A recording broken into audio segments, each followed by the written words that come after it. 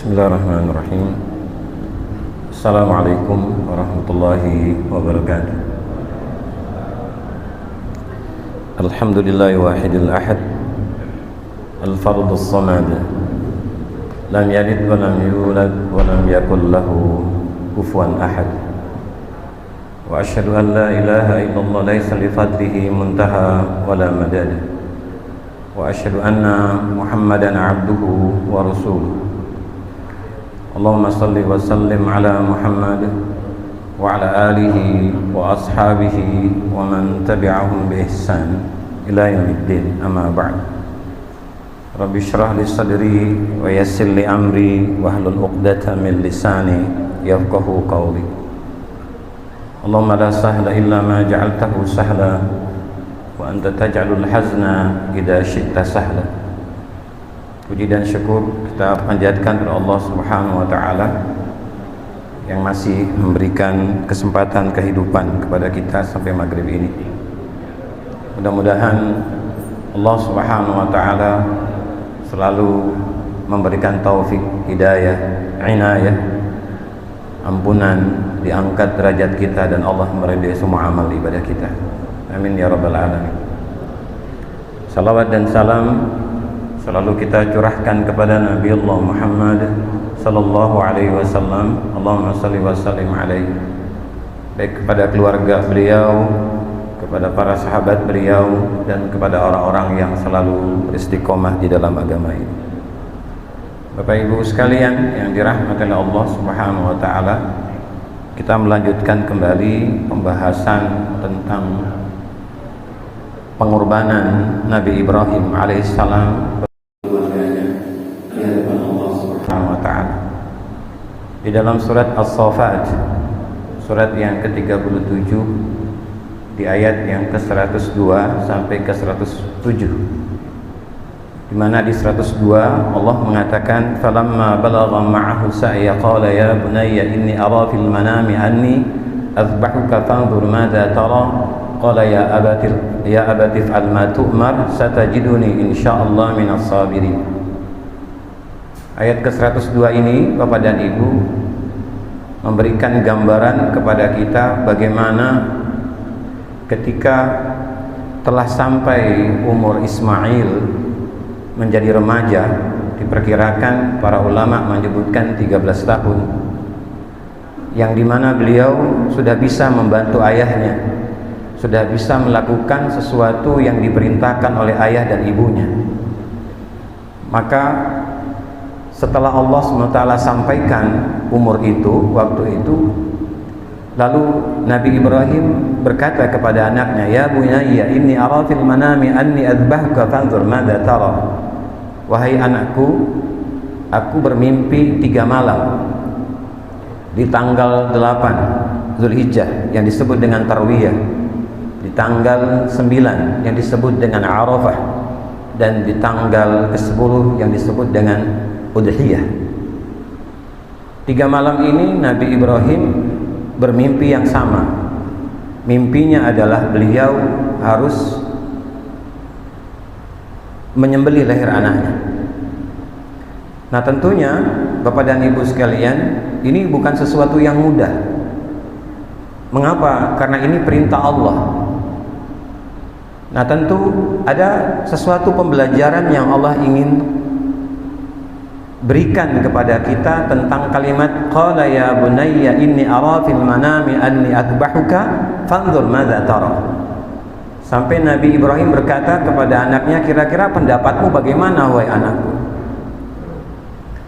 Nah, Bapak dan Ibu sekalian yang dirahmati Allah Subhanahu wa taala, satu pembelajaran yang besar yang Allah ingin katakan kepada kita ketika Nabi Ibrahim mengatakan kepada anaknya, ya bunayya inni ara fil manami anni azbahuka fanzur madza tara.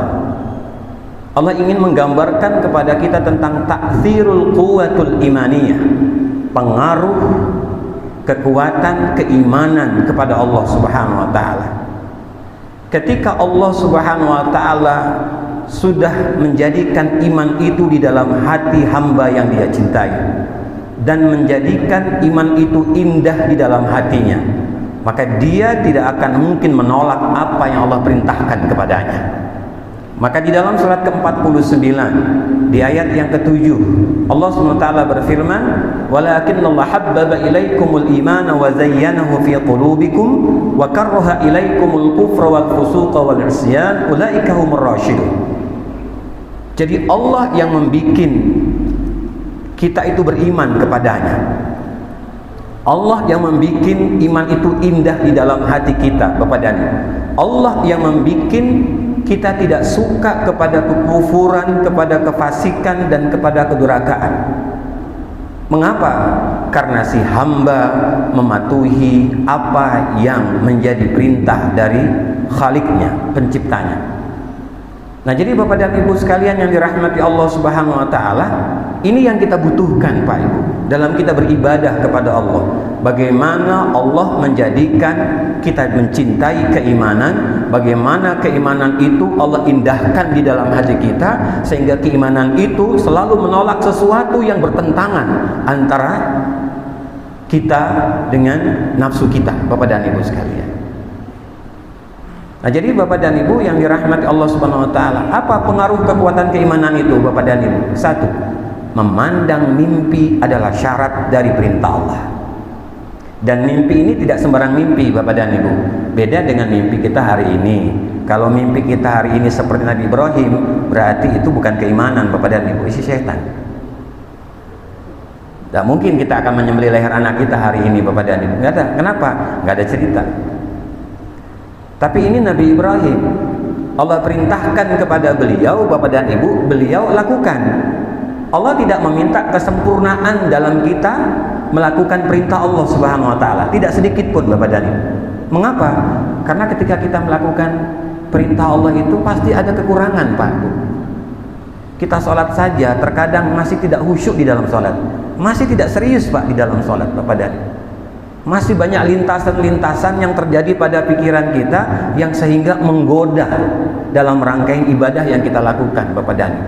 Tetapi Allah mengatakan di dalam surat yang ke-64, surat At-Taghabun di ayat yang ke-16, "Fattaqullaha mastata'tum wasma'u wa ati'u wa anfiqu khairan li anfusikum." Kata Allah, bertakwalah kamu semampu kamu, dengarkan aku, taati aku, dan berinfak yang terbaik untuk dirimu. Itu yang Allah minta Bapak dan Ibu. Nah, di sini pembelajaran ini sangat besar Bapak dan Ibu. Kenapa? Karena ujian Nabi Ibrahim ini tidak hanya masalah Ismail, tetapi ujian beliau pernah diusir dari rumahnya, pernah berpindah dari negerinya Bapak dan Ibu ke negeri yang lain, pernah dibakar Bapak dan Ibu sekalian, istrinya pun akan diambil oleh seseorang Bapak dan Ibu, tetapi dengan izin Allah tidak bisa mengambilnya Bapak dan Ibu. Karena Allah yang punya kekuatan, karena Allah yang punya semua masalah ini Bapak dan Ibu sekalian. Allah hanya meminta kepada Nabi Ibrahim, kamu taat atau tidak? Kalau kamu taat, maka anakmu, istrimu akan taat kepada Allah. Nah, itulah yang Allah katakan di dalam surat yang ke-65 di ujung ayat yang kedua dan ayat yang ketiga. Wa may yattaqillaha yaj'al lahu makhraja wa yarzuqhu min haitsu la yahtasib. Barang siapa yang memperbaiki hubungannya dengan Allah, maka Allah akan membukakan semua pintu masalahnya dan Allah akan memberikan rezeki dari jalan yang tidak disangka-sangka. Dan rezeki itu tidak hanya materi Bapak dan Ibu, tetapi rezeki itu bisa jadi ketenangan, ketentraman, kedamaian, kesuksesan, kebahagiaan di dalam rumah tangga kita ataupun yang lainnya Bapak dan Ibu sekalian. Ini yang pertama Bapak dan Ibu. Yang kedua, ketika Allah memberikan mimpi kepada Nabi Ibrahim itu selama 3 malam, lalu Nabi Ibrahim mengungkapkan kalimat itu kepada anaknya, beliau tidak menawar Pak. Artinya beliau tidak mengatakan, kenapa kok aku ya Allah, padahal aku ini memiliki anak itu menunggu waktu yang panjang. Anak yang kau berikan kepadaku di masa umurku sudah tua, kok kenapa aku yang diperintahkan untuk menyembelih leher anakku, kenapa bukan yang lain? Nah, jadi Bapak dan Ibu sekalian, iman itu tidak akan pernah berhenti diuji oleh Allah Subhanahu wa taala. Semakin iman kita kuat, semakin ibadah kita kuat Bapak dan Ibu, semakin kuat pula ujian yang Allah akan berikan kepada kita. Karena kita perlu ingat Bapak dan Ibu, kita hidupkan untuk Allah, dan Allah akan menguji kita berbeda-beda, tidak sama Bapak dan Ibu sekalian. Semua kita akan diuji oleh Allah Subhanahu wa taala, bukan oleh manusia, Pak. Dia hanya perantara, tetapi Allah yang memberikan ujian itu. Maka Nabi Ibrahim memberikan pelajaran kepada kita bahwa ketika Allah memerintahkan kepadanya untuk meletakkan Hajar dan Ismail di Bakkah waktu itu, sebelum ada Ka'bah dibangun kembali, ditata kembali oleh Nabi Ibrahim dan Ismail itu Bapak dan Ibu, itu pula Allah merintahkan beliau untuk tinggalkan dua orang yang dia kasihi Bapak dan Ibu sekalian. Di kemudian Bakkah itu menjadi Makkah, ya Bapak dan Ibu. Di kemudian setelah Ismail remaja Bapak dan Ibu, Allah perintahkan lagi kepada Nabi Ibrahim untuk menyembelih leher anaknya. Dan Nabi Ibrahim pun tidak menolak apa yang Allah perintahkan Bapak dan Ibu sekalian. Mengapa? Karena ketika Allah memerintahkan hambanya, tidak akan mungkin Allah itu akan memberikan mudarat kepada dirinya. Tidak mungkin Bapak dan Ibu sekalian. Ya. Kenapa Bapak dan Ibu? Sebab Allah tahu tentang kapasitas kita, tentang kemampuan kita. La yukallifullahu nafsan illa usaha. Itu ayat yang sering kita baca, tetapi ayat itu pula yang kita hafal terkadang kita ingkari Bapak dan Ibu. Seakan-akan bahwa ujian itu lebih daripada kemampuan kita, padahal kita belum memaksimalkan apa yang Allah sudah berikan kepada diri kita Bapak dan Ibu. Maka di dalam surat yang ke-10 di ayat yang ke-107 Allah mengatakan wa iyyamsaskallahu bidurrin fala kashifalahu illahu wa yuridka bi khairin fala radda li fadli. Jika aku memberikan keburukan, kemudaratan, penyakit ataupun musibah kepada hambaku, maka tidak akan ada yang bisa menyelesaikannya kecuali hanya aku, kata Allah. Dan jika aku memberikan kebaikan kepada hambaku, maka tidak akan ada yang bisa menolaknya. Aku memberikan kebaikan itu kepada hambaku bagi siapa yang dia pilih, yang aku pilih, kata Allah Subhanahu wa ta'ala. Jadi tidak sembarangan Bapak dan Ibu sekalian. Jadi kalau Allah memberikan ujian kepada kita di balik ibadah keimanan yang kita lakukan, tanda bahwa Allah mencintai kita, Pak. Tanda bahwa Allah ingin mengangkat derajat kita, tanda Allah ingin memuliakan kita di dunia dan di akhirat Bapak dan Ibu sekalian. Maka jangan menawar Bapak dan Ibu, jangan ditawar ketika itu datang Bapak dan Ibu. Semestinya yang kita minta kepada Allah adalah sebagaimana yang dikatakan oleh Nabi Daud di dalam surat yang kedua di ayat ke-250. Rabbana afrigh alaina sabran wa tsabbit aqdamana wansurna 'alal qaumil kafirin. Ya Tuhan kami, berikan kepada kami kesabaran, kuatkan hati kami, langkah kami, diri kami, dan jauhkan kami dari orang-orang yang tidak menyukai kami. Itu doa Pak yang Allah berikan kepada Rasulullah dari cerita tentang Nabi Daud. Bapak dan Ibu sekalian, kenapa? Karena ujian ini bukan main Pak. Tidak hanya kita, para Nabi dan Rasul pun juga diuji, dan ujiannya lebih berat dibandingkan kita. Kita jangan mengatakan bahwa ujian itu berat dari Allah, enggak. Tapi masalahnya Bapak dan Ibu, ujian itu kita tidak jadikan solusi. Masalah itu sebenarnya solusi dalam hidup Pak Bu. Kalau kita tidak diberikan masalah, kapan kita mau panjang beristighfar kepada Allah? Kapan kita mau panjang sujud di hadapan Allah? Kapan kita meminta kepada Allah dengan merintih di hadapannya? Kapan kita lebih banyak lagi bersedekah di hadapannya Bapak dan Ibu? Kenapa? Karena ketika kita senang, ketika kita bahagia, sangat sedikit ibadah yang kita lakukan. Hal yang ketiga Bapak dan Ibu, ketenangan dalam menjalankan perintah Allah. Mengapa Nabi Ibrahim tenang Bapak dan Ibu, dan mengapa anaknya juga tenang? Karena mereka yakin wa rabbuka yakhluqu ma yasha'u wa yakhtar ma kana lahumul khiyarah subhanallahi wa ta'ala amma yusyrikun. Bapak dan Ibu sekalian, mengapa demikian? Nabi Ibrahim paham bahwa Allah yang menciptakan masalah, Allah yang membikin masalah, Allah yang membikin problem pada diri kita Bapak dan Ibu sekalian. Tentu ada sesuatu yang Allah inginkan, dan Allah pilih siapa yang akan menjalani apa yang Dia ciptakan itu Bapak dan Ibu. Ya, Allah pilih Bapak dan Ibu. Kalau kita terpilih untuk menjalani apa yang Allah perintahkan itu seperti Nabi Ibrahim, Allah hanya katakan subhanallahi wa ta'ala amma yusyrikun. Ayo bertasbih kepada Allah, sebut nama Allah sebanyak-banyaknya. Yang kedua, tinggikan Allah, besarkan Allah di hatimu. Jadi Bapak dan Ibu, kalimat yang Allah katakan di dalam surat kedua di ayat ke-156 itu, alladzina idza asabathum musibah qalu inna lillahi wa inna ilaihi raji'un. Orang-orang yang diberikan musibah itu apabila mereka sabar, mereka akan mengatakan kepada Tuhannya, ya Allah, ini masalah datang darimu dan aku kembalikan kepadamu. Dalam makna yang lain, aku yang memberikan masalah itu kepadamu, ayo kembalikan lagi kepadaku. Ini romantisnya Allah, Pak Ibu. Kalimat innalillahi itu Bapak dan Ibu tidak hanya untuk orang yang mendapatkan musibah meninggal, apa saja musibahnya, Pak Ibu. Allah ingin mengatakan bahwa aku datangkan masalah itu kepadamu karena aku ingin melihatmu.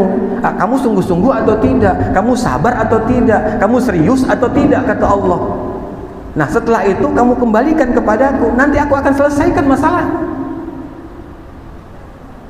Wa asa an taqra'u syai'an wa huwa khairul lakum wa asa an tuhibbu syai'an wa huwa syarrul lakum wallahu ya'lamu wa antum la ta'lamun. Di surat yang kedua di ayat ke-216, boleh jadi sesuatu yang kamu tidak sukai itu lebih baik bagimu. Kita sakit, Pak, kita dibohongi, kita dicurangi, barangkali itu yang terbaik yang Allah berikan kepada kita. Boleh jadi sesuatu yang kamu sukai, yang kamu cintai itu tidak lebih baik bagimu.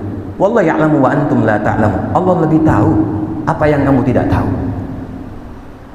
Jadi seakan-akan Bapak dan Ibu, Allah ingin mengatakan ilmumu sedikit, kamu tidak tahu apa-apa di balik ujian yang aku berikan itu, yang di kemudian bisa jadi ini akan membahagiakan dirimu, atau bisa jadi Allah menunda, Pak, kebahagiaan itu.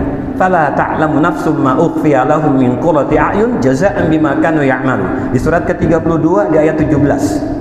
Tidak ada satupun manusia yang tahu apa yang aku sembunyikan, yang di kemudian akan menyenangkan hati mereka atas apa yang telah mereka kerjakan. Jadi kita disuruh nunggu, Pak, Bu.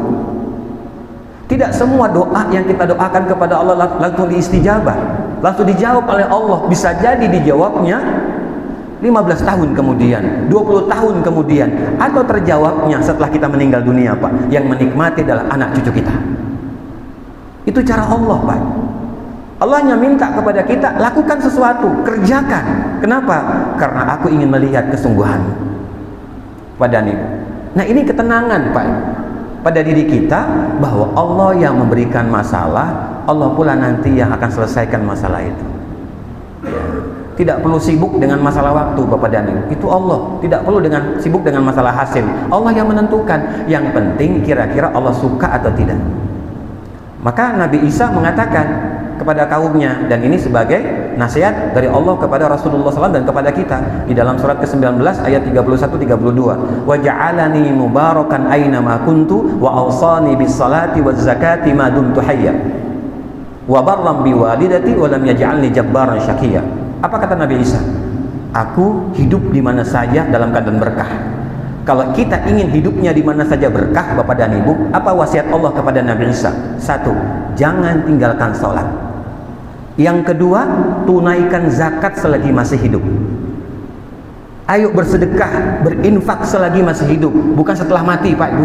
Lain cerita. Ini wasiat Allah kepada Nabi Isa. Yang ketiga, berbuat baik kepada orang tuamu, terutama kepada ibumu. Ayo, kenapa? Karena kamu tidak akan mungkin bisa membalas kebaikannya. Dan yang keempat, jangan sekali-kali ada kesombongan di hatimu. Yang berhak sombong itu adalah Allah, karena Allah punya segalanya. Kita, Pak, ada batas. Kita kerja ada batas, Pak, Bu. Kita hidup ada batas. Kita makan ada batas. Saya bicara ini, Bapak dan Ibu, ada batas, Pak. Tapi Allah tidak ada batas. 4, Bapak dan Ibu, salat, zakat atau berinfak atau sedekah selagi masih hidup, berbuat baik kepada orang tua, jangan sisakan kesombongan di hati kita. Bapak dan yang berjasa adalah Allah, bukan kita, Bapak dan kita tidak ada apa-apanya, Pak, tanpa Allah.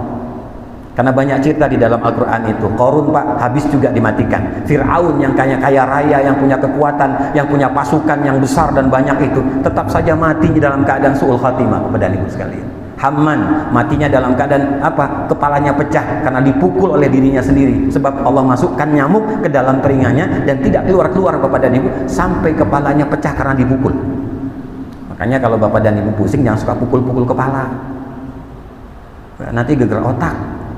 Bapak dan Ibu sekalian.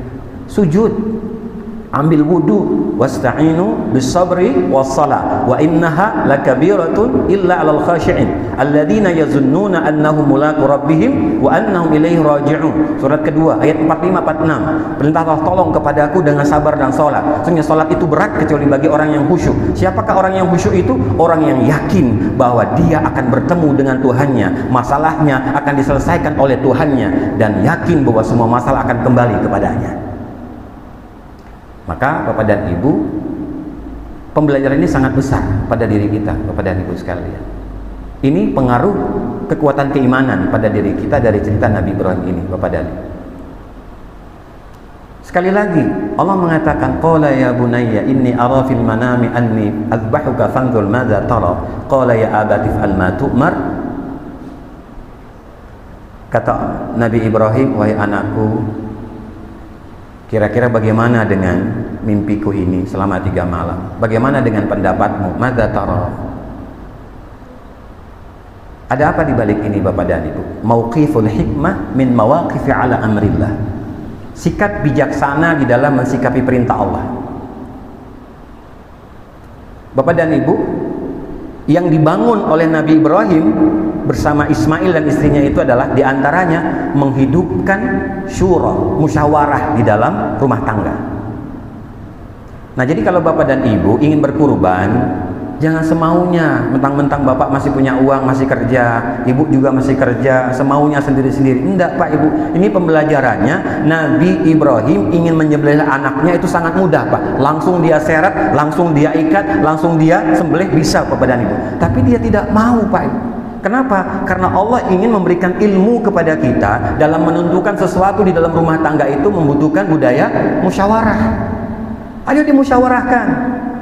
Siapa yang mau kita kurbankan di tahun ini? Apakah ayah?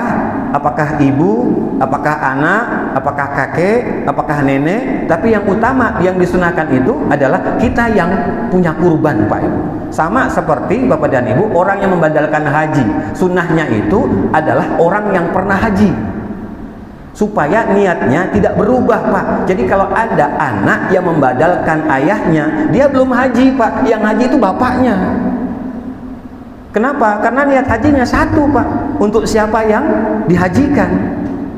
Jadi kalau seorang anak menghajikan ayahnya karena ayahnya sudah meninggal dunia, semisalnya Bapak dan Ibu, dia pergi, nanti pulang, bukan dia yang haji Pak, dia belum haji. Kenapa? Ini badal Pak Ibu. Maka ini harus dimusyawarahkan. Maka di dalam syariat itu yang membadalkan haji semestinya yang sudah pernah haji. Itu Bapak dan Ibu, supaya tidak berubah niatnya. Kalau niat itu bisa 1000 Pak, satu orang kita titip aja Pak, untuk 1000 orang, kampung kita haji semua. Kenapa? Karena dia tidak bisa Pak. Hanya satu niatnya. Maka budaya musyawarah ini yang dimunculkan oleh Nabi Ibrahim bersama Ismail dan istrinya Pak Hajar. Kenapa? Karena ini cerita tidak hanya untuk dirinya saja, tetapi cerita ini juga harus didengar oleh anaknya dan oleh istrinya Pak.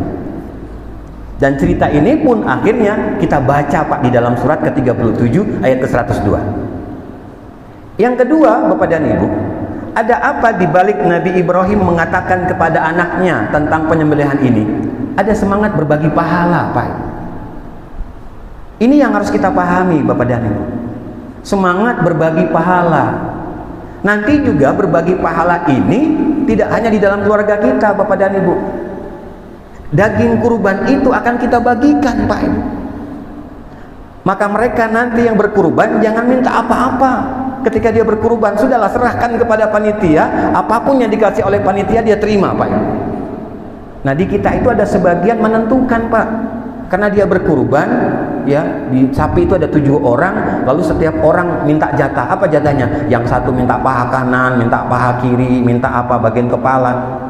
Panitia bilang sama orang yang berkurban itu, sembelih dewek. Sembelih dewek. Kenapa? Kok dia ngatur kepada Ibu? Kenapa? Karena jiwa berbagi pahalanya tidak ada kalau begitu Pak Ibu. Kan dia sering makan daging, Pak. Ada orang yang tidak merasakan setiap waktu dia makan daging, Bapak dan Ibu sekalian. Maka nanti akan diurus oleh Allah permasalahan ini di surat yang ke-22 ayat 78, Pak.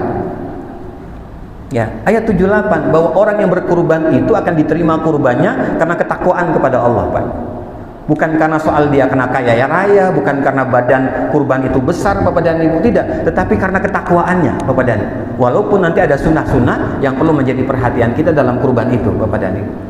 Jadi hal yang kedua adalah, Bapak dan Ibu, kenapa Nabi Ibrahim berkata kepada anaknya Ismail? Karena dia ingin berbagi, semangat berbagi pahala, Bapak dan Ibu. Ayo nak, mari kita sama-sama berbuat kebaikan.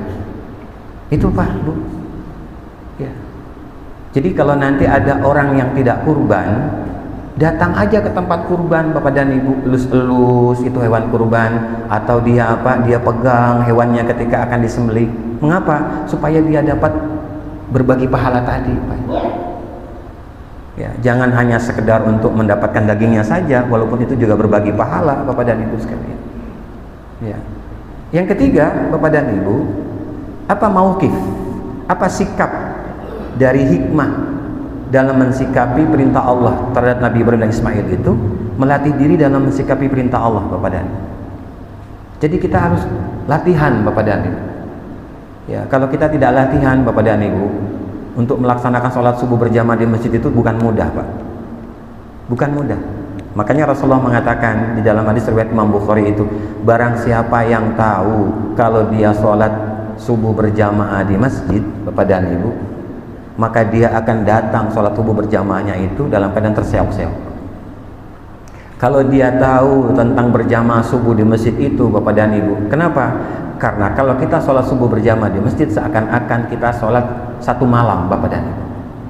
Sholat satu malam, Pak, full satu malam itu, termasuk sholat tahajud pun seakan-akan kita kerjakan, walaupun Bapak dan Ibu tidak mengerjakan tahajud, tapi seakan-akan mengerjakan ibadah satu malam itu, Bapak dan Ibu. Kenapa? Karena sholat subuh berjamaah di masjid. Maka ini perlu latihan, Pak. Nah, sedangkan kurban ini kan bukan fardu ain, Pak, sunnah muakkad. Ya, sunnah muakkad, Bapak dan Ibu sekalian.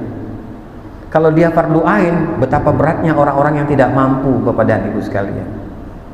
Makanya dalam sikap perintah Allah ini, kita juga harus membawa orang, Pak. Kenapa?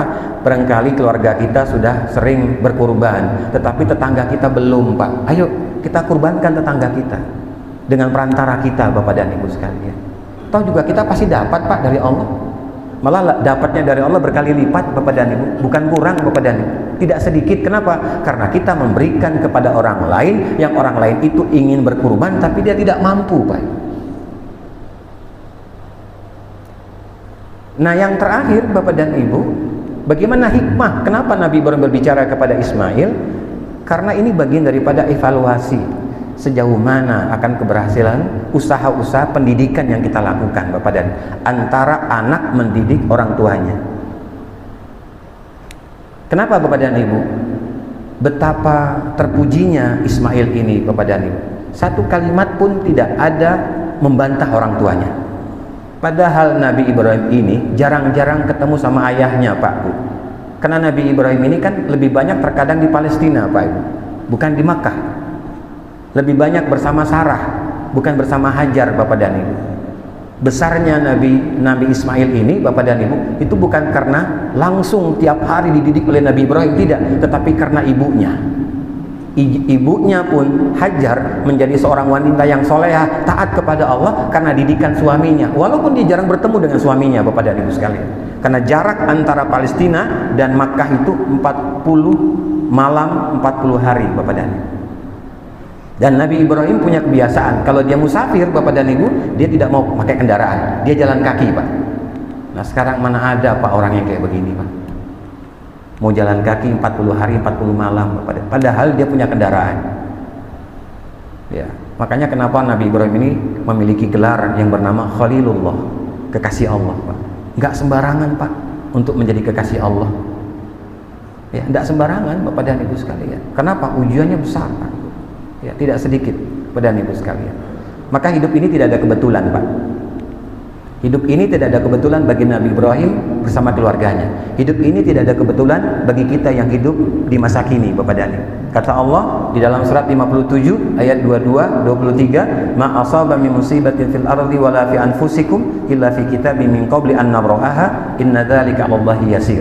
Likai la ta'sau 'ala ma fatakum wa la tafrahu bima atakum wallahu la yuhibbu kulla mukhtalin fakhur." Ya.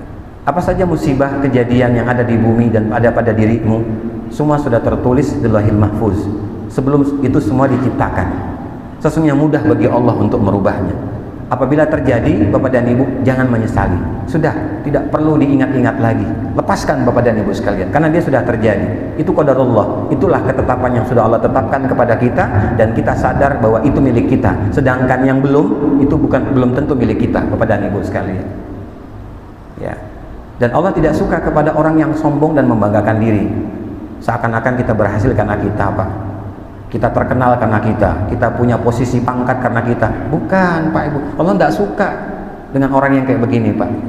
Kita jadi berhasil itu ya karena Allah, Pak. Bu. Cerita kita ini berulang, Bapak dan Ibu, bukan cerita baru.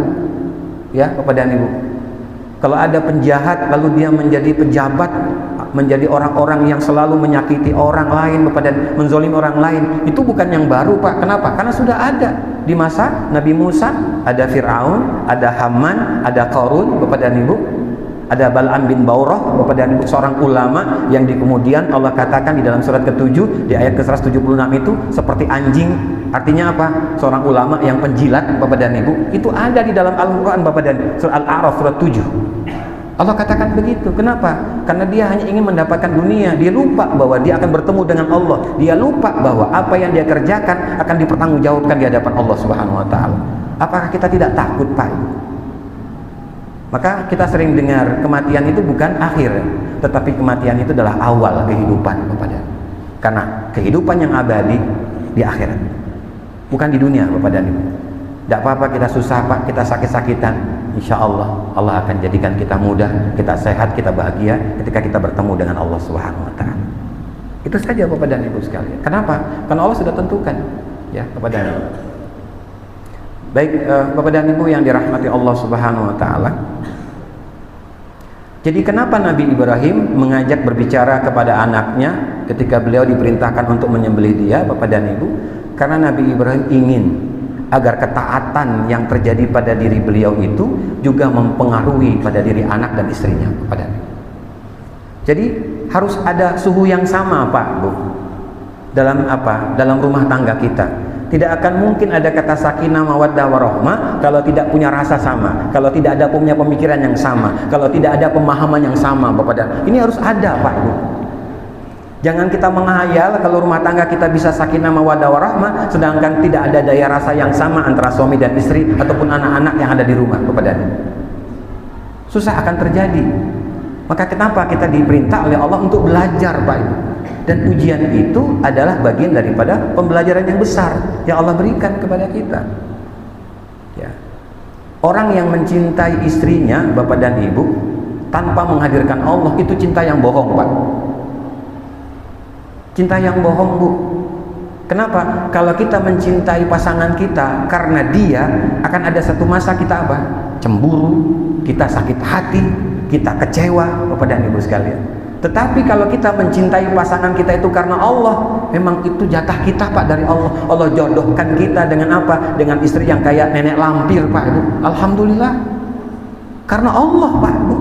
Kalau nggak ada dia, si bapak jarang ke masjid, si bapak nggak pernah istighfar, si bapak tidak pernah sujud lama. Kenapa? Terima kasih ya Allah, Engkau berikan aku seorang istri yang seperti nenek lampir. Kenapa? Aku datang, aku keluar, cerewetnya bukan main. Terima jadi, Pak. Padahal bapak juga sama, Pak. Kenapa? Karena menyakiti si istri juga. Maka jangan mencintai sesuatu karena makhluk, tapi cintailah sesuatu itu karena Allah, Pak. Kenapa? Kita adukan sama Allah, Pak. Ya Allah, Engkau yang menjodohkan aku dengan dia, Engkau yang memasakkan hatiku bersama dia, maka aku kembalikan kepadamu, ya Allah. Kenapa? Karena dia susah diatur, didengar dari belakang. Jadi ayah minta sama Allah supaya ibu mati. Ya kan, ibu kan punya Allah, jadi ayah kembalikan kepada Allah dulu. Kalau kata Allah selesai, ya sudah. Jadi ayah mau cari yang baru. Bapak dan Ibu sekalian.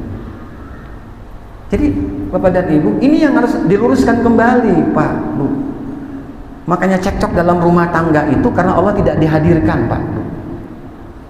Kita kecewa sama seseorang itu karena Allah tidak dihadirkan. Kita kecewa kepada Allah itu karena kita tidak bersyukur kepada Allah bahwa selama ini sudah ribuan masalah Allah selesaikan, tetapi dengan satu masalah ini kita lupa dengan Allah Subhanahu wa taala. Itu nggak adil Pak. Tidak adil gitu. Makanya kenapa Nabi Ibrahim memberikan pembelajaran kepada kita bagaimana anaknya, istrinya ini punya rasa yang sama dalam ketaatan kepada Allah Subhanahu wa taala. Maka tadi dibangun yang namanya kehidupan bermusyawarah, Pak. Tidak bisa melakukan hak veto sendiri, suami punya hak sendiri lalu istri mengikuti apa yang dikatakan oleh suami. Tidak bisa, Pak. Tidak bisa. Karena sempurnanya seorang suami itu karena ada istri. Keberhasilan, kejayaan, suami memiliki pangkat itu karena hasil dari siapa? Bukan dari dirinya, tapi karena dari istrinya, Pak. Istrinya yang membangun itu semua gitu. Artinya jangan lupakan kebaikan pasangannya padanya. Lalu Nabi Ismail yang muda ini mengatakan, ya abatif al-matumar, wahai ayah, lakukan apa yang Allah perintahkan kepadamu.